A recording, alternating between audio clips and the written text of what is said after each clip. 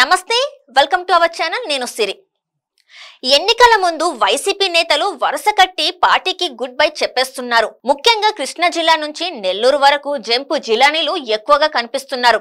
Ticket దక్కని వాళ్లతో పాటు party అధినేత పిలిచి టికెట్ ఇచ్చినా వద్దని టీడీపీలో చేరుతున్నారు వైసీపీ ఎంపీలు ఎమ్మెల్యేలు. ఎలక్షన్స్ టైంకి ఈ ప్రాంతంలో వైసీపీ పూర్తిగా ఖాళీ అయ్యే పరిస్థితులు కనిపిస్తున్నాయి. దక్షిణాంధ్ర వైసీపీలోనే వలసలు ఎక్కువగా ఉండడానికి కారణమేంటి? సీఎం జగన్ మాటను కూడా లెక్క చేయకుండా పార్టీని వీడడం వెనుకున్న మతలబేంటి? Let's watch. రాష్ట్రంలో పార్టీ బలం వాస్తవ పరిస్థితులను పట్టించుకోకుండా వై నాట్ 175 అంటున్నారు వైసీపీ అధినేత జగన్ రెడ్డి.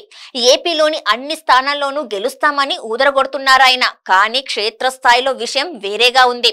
జగన్ పార్టీలో ఉంటే ఓటమి తప్పదని గ్రహించిన నాయకులు ఎన్నికలకు చాలా ముందే టీడీపీతో టచ్ లోకి వెళ్లిపోయారు. రాజధాని ప్రాంతం ఎమ్మెల్యే ఉండవల్లి శ్రీదేవి, నెల్లూరు రూరల్, ఉదయగిరి శాసనసభ్యులు కోటంరెడ్డి శ్రీధర్ రెడ్డి, మేకపాటి చంద్రశేఖర్ రెడ్డి, వెంకటగిరి ఎమ్మెల్యే ఆనం రామనారాయణ రెడ్డి ఫ్యాన్ గాలి పడడం లేదంటూ సైకిల్ ఎక్కేశారు.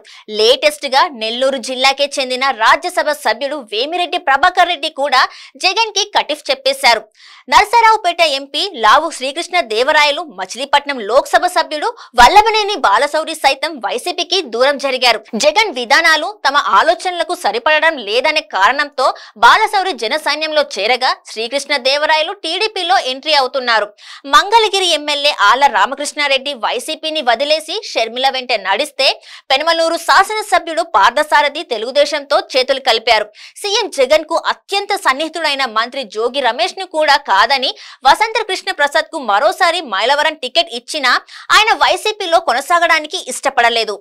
గుంటూరు ఎంపీ సీట్ ఇస్తామని తీసుకొచ్చిన క్రికెటర్ అంబటి రాయుడు వారం రోజులైనా వైసీపీలో ఉండలేకపోయారు. జగన్ తో ఆడితే క్లీన్ బౌల్డ్ తప్పదనే సూచనలు రావడంతో తానే హిట్ వికెట్ అవుట్ అయి ఏకంగా రాజకీయాల నుంచి విరామం తీసుకుంటున్నానని ప్రకటించారు. అమరావతిని నాశనం చేసిన పార్టీ నుంచి రాజధాని ప్రాంతం పరిధిలో ఉన్న గుంటూరు ఎంపీకి ఎలా పోటీ చేయాలని నరసరావుపేట ఎంపీ లావు శ్రీకృష్ణ దేవరాయలు వేసిన ప్రశ్నకు తాడపల్లి ప్యాలెస్ పెద్దల దగ్గర నుంచి సమాధానం లేదు. కానీ దక్షిణాంధ్రలో వైసీపీ వలసల జోరుకు జగన్ టీం క్యాపిటల్ కుట్రలే కారణమని చెప్పుకోవచ్చు. ప్రతిపక్షంలో ఉండగా అమరావతికి జై కొట్టిన జగన్ రెడ్డి అధికారంలోకి రాగానే 3 రాజధానుల బాట పట్టారు. చంద్రబాబు నిర్మించిన నగరాన్ని పూర్తి చేయడం ఇష్టం లేకనే జగన్ సర్కార్ 3 క్యాపిటల్ రూట్ ఎంచుకుందని ప్రత్యేకంగా చెప్పాల్సిన అవసరం లేదు.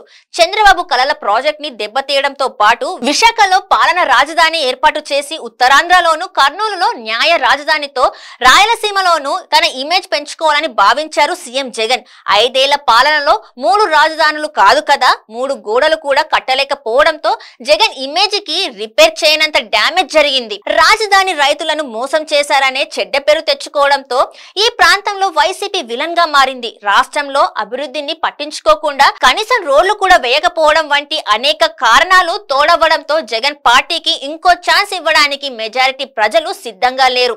పాలన వికేంద్రీకరణ పేరుతో ఉత్తరాంధ్ర, రాయలసీమ ప్రాంతాలలో తెలుగుదేశం పార్టీని ఇబ్బంది పెట్టాలని ప్లాన్ చేశారు తాడపల్లి ప్యాలెస్ వ్యూహకర్తలు. కానీ ఈ స్కీమ్ ప్రకాశం, నెల్లూరు, చిత్తూరు జిల్లాల ప్రజలకు నచ్చలేదు.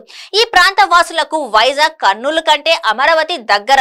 విజయవాడ, గుంటూరు నగరాలతో ఇప్పటికే రోడ్, రైల్ కనెక్టివిటీలు ఉన్నాయి. అంతేగాక జగన్ ప్రభుత్వం చెప్పిన మాట ప్రకారం 3 రాజధానుల విషయంలో అడుగు ముందుకు వేయకపోవడం కూడా వైసీపీకి పెద్ద మైనస్ గా మారింది.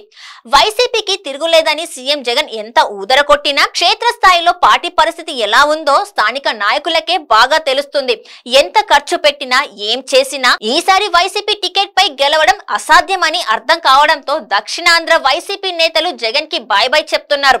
వలసల కారణంగా ప్రస్తుతం తాడపల్లి ప్యాలెస్ కు గండి పడింది. ఉత్తరాంధ్ర, రాయలసీమ ప్రాంతాల్లోనూ పార్టీ గతంలో ఉన్నంత బలంగా లేదు. ప్రజల వ్యతిరేకత వెల్లువెత్తితే ఆ సునామీలో జగన్ ప్రభుత్వం కొట్టుకుపోవడం